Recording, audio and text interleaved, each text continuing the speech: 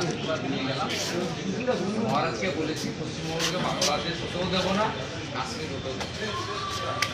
জয় শ্রীরাম, জয় শ্রীরাম।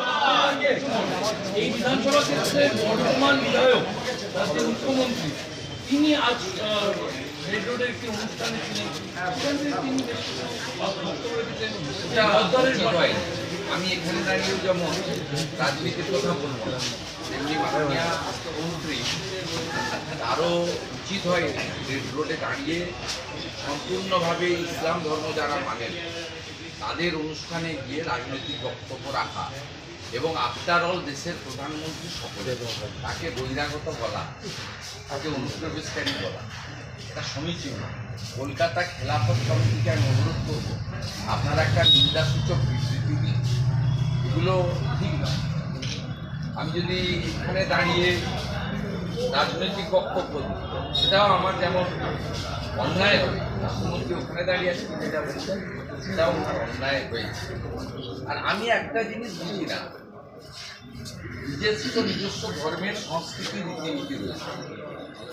মমতা বন্দ্যোপাধ্যায় তার হলফনামাতে বলেন, আমি ইন্ডিয়ান, আমি হিন্দুইজমে বিশ্বাস করি, আমার সাবকাশ ব্রাহ্মণ, আমি ব্রাহ্মণ ইন্ডিয়ান সরিয়ে রেখে হিন্দুইজম বলি।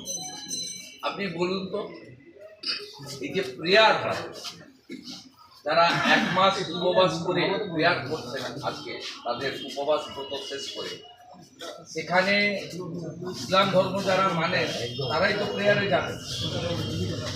আমরা নিশ্চয়ই শুভেচ্ছা দেবো, আমার সঙ্গে রাস্তায় দু তিনজন আমাদের মুসলিম ভাই দেখা হয়েছে, আমি শুভেচ্ছা দিই। কিন্তু আমি যেমন কোনো মুসলিম ভাইকে বজরংবলীতে আরতি করতে, প্রভুকে পুজো করতেও আমি ইনভাইট করব না, তারও উচিত নয় করা। তেমনি কোনো হিন্দুরও উচিত নয় নামাজ পাঠে অংশগ্রহণ করা এবং ধর্মীয় পোশাক পরে।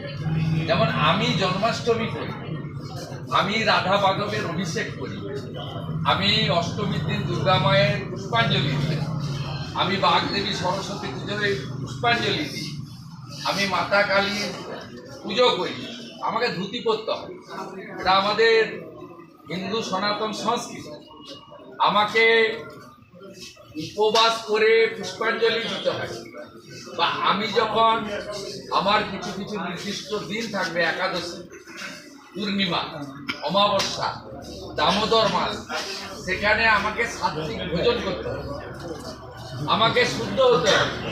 তেমনি অন্য ধর্মের লোকেদেরও পোশাক পরিচ্ছদে তাদেরও নিজস্ব কিছু রীতিনীতি আছে। মাননীয় মমতা ব্যানার্জি তিনি মুখ্যমন্ত্রী হিসেবে 1000 বার শুভেচ্ছা দিয়েছেন, মাথায় হিজাবটা পরার দরকারটা কি বলবো। আমি একজন